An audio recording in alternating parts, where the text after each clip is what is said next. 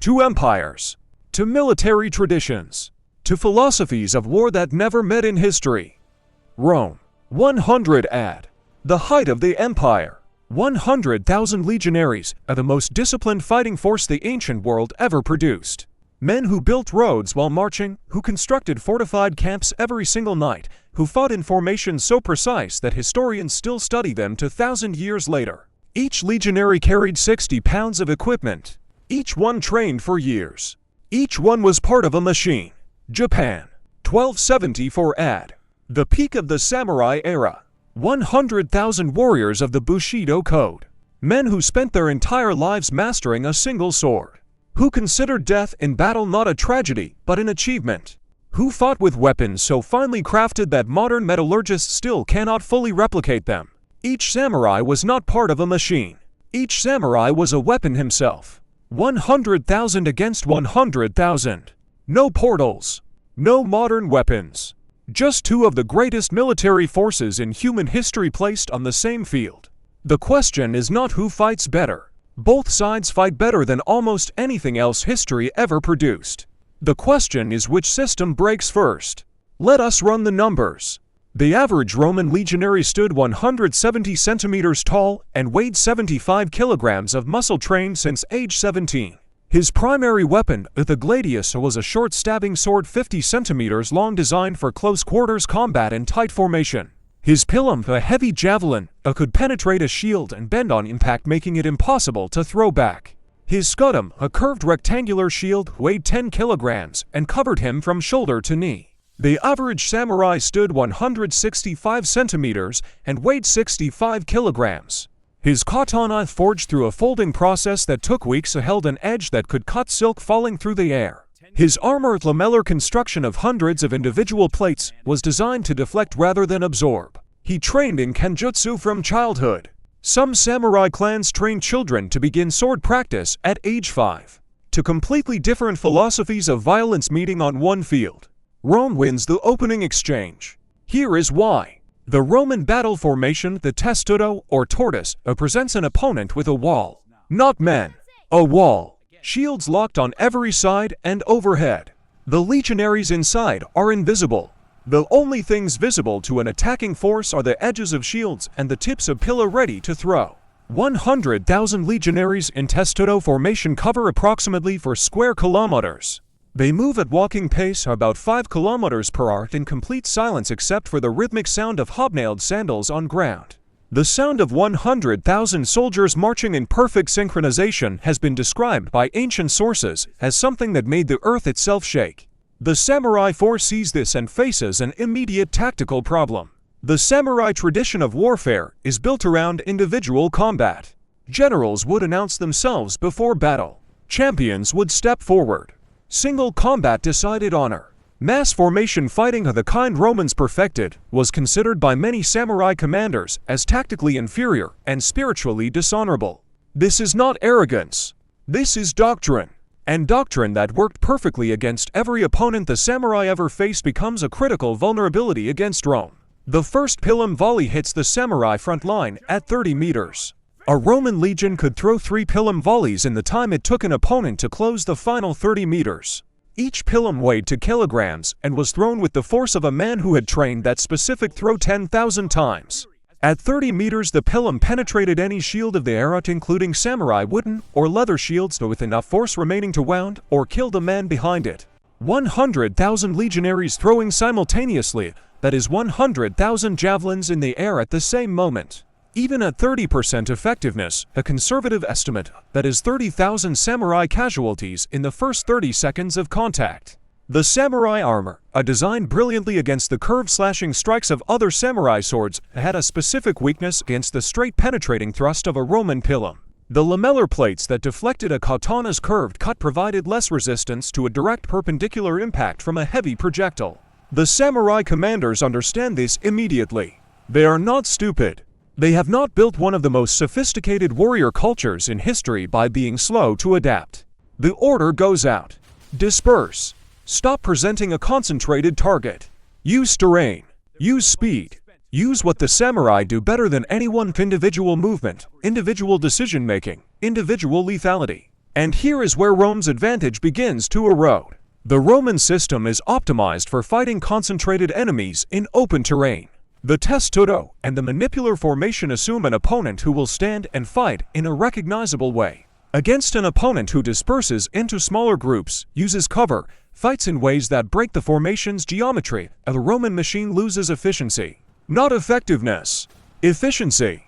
A single legionary separated from his formation is still a trained soldier with good armor and a sharp sword.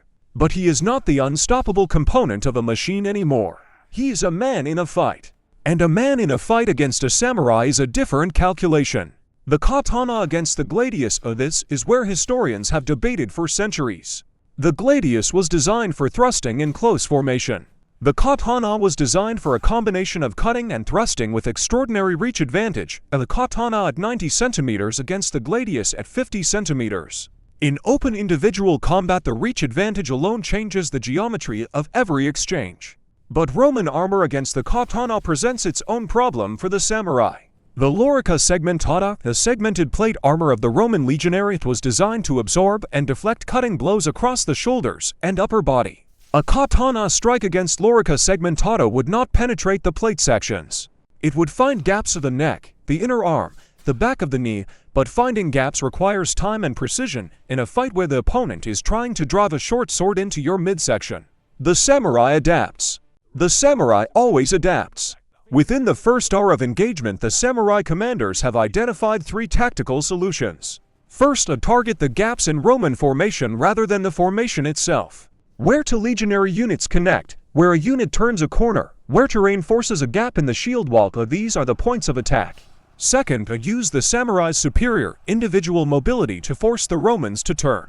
A rotating threat that forces a formation to face multiple directions simultaneously stretches the shield wall until it breaks. Third, use Japanese archery. The Yumiya, the asymmetric Japanese longbow, had an effective range of 50 meters for accurate fire and could penetrate light armor at that distance. 100,000 samurai did not all carry Yumi, but a significant portion of the force, perhaps 20,000, were skilled archers. 20,000 archers firing into a testudo formation at effective range creates a very different problem than infantry assault. The Roman answer to archery was the testudo. The testudo answer to archery from multiple directions simultaneously was to stop moving. A stopped Roman formation was a siege problem, not a battlefield problem. The battle shifts. By the third hour, the field looks nothing like the opening exchange. The 100,000 versus 100,000 has become thousands of individual engagements across kilometers of terrain. Pockets of Roman formation holding against waves of samurai assault. Isolated samurai groups being methodically destroyed by legionary units that reformed after breaking contact. The casualty rate on both sides is catastrophic and roughly equal. Here is the number that decides everything. Roman logistics. The Roman army did not just fight, it administered. Every Roman legion carried engineers, medical staff, supply officers, and the equipment to build a fortified camp every single night. Roman field medicine, primitive by modern standards, was advanced enough that soldiers survived wounds that would kill men in other armies of the era. Roman supply chains kept armies fed and equipped across campaigns that lasted years. The samurai force had warriors, extraordinary warriors. But the samurai tradition was not built around the logistics of prolonged campaign. It was built around decisive battle. By day 3 of engagement, the Roman force has constructed a fortified camp, walls, ditches, watchtowers, a defended position that the samurai cannot storm without losses that would end the campaign. The samurai commanders face a choice that their tradition did not prepare them for. Assault a fortified position frontally, which contradicts everything the samurai way of war teaches about finding honorable decisive combat, or wait outside the walls while Roman logistics keep the legions fed and rested. The Roman commander inside the camp faces his own problem. He can hold the camp indefinitely, but holding the camp does not win the battle. To win, he must come out. And coming out means facing 100,000 samurai in the open terrain where Roman formation advantage is reduced. The deadlock lasts for days. On the 5th day, the Roman commander makes the decision that Roman commanders always make when facing a superior individual fighter. He stops trying to fight their fight and forces them to fight his. Night assault. The Roman army trained for night operations in a way that almost no other ancient military did. Legionaries could march, construct, and fight in complete darkness using sound and touch and unit cohesion that came from years of training together. The samurai tradition of honorable combat was built around daylight, around seeing your opponent, around the visual components of bushido. In darkness, the katana's reach advantage disappears. The samurai's superior individual skill in reading an opponent's body language and movement, the crucial component of kenjutsu, disappears. What remains is men fighting in the dark. And men fighting in the dark is Rome's territory. The night assault breaks the samurai perimeter in 3 places simultaneously. By dawn, the samurai force has lost cohesion across a third of its front. But samurai do not rout. This is the final variable that Rome did not fully account for. A Roman army that had lost a third of its front line cohesion would begin a tactical withdrawal to regroup. Retreat was not dishonor in Roman military culture. Retreat was a tool. Samurai do not retreat. Not because they cannot. Because bushido makes retreat a form of death that is worse than death. 10,000 samurai who could have withdrawn and regrouped instead turn and charge into the Roman night assault with everything they have. The Romans have never fought anything like this. The final accounting after 7 days of engagement, and this battle would last 7 days minimum, gives Rome a narrow victory. Perhaps 60,000 Roman survivors against 40,000 samurai survivors. Rome wins because Roman logistics, Roman engineering, and Roman night tactics gave it advantages that accumulated over days rather than hours. But the samurai made Rome pay for every meter. 2 of the greatest military forces in human history. 1 field. 7 days. Rome wins. But Rome remembers. This video is a work of fiction in the genre of alternative history what if. All events, characters, and scenarios are fictional. Created exclusively for entertainment and educational purposes. The author does not promote war or violence.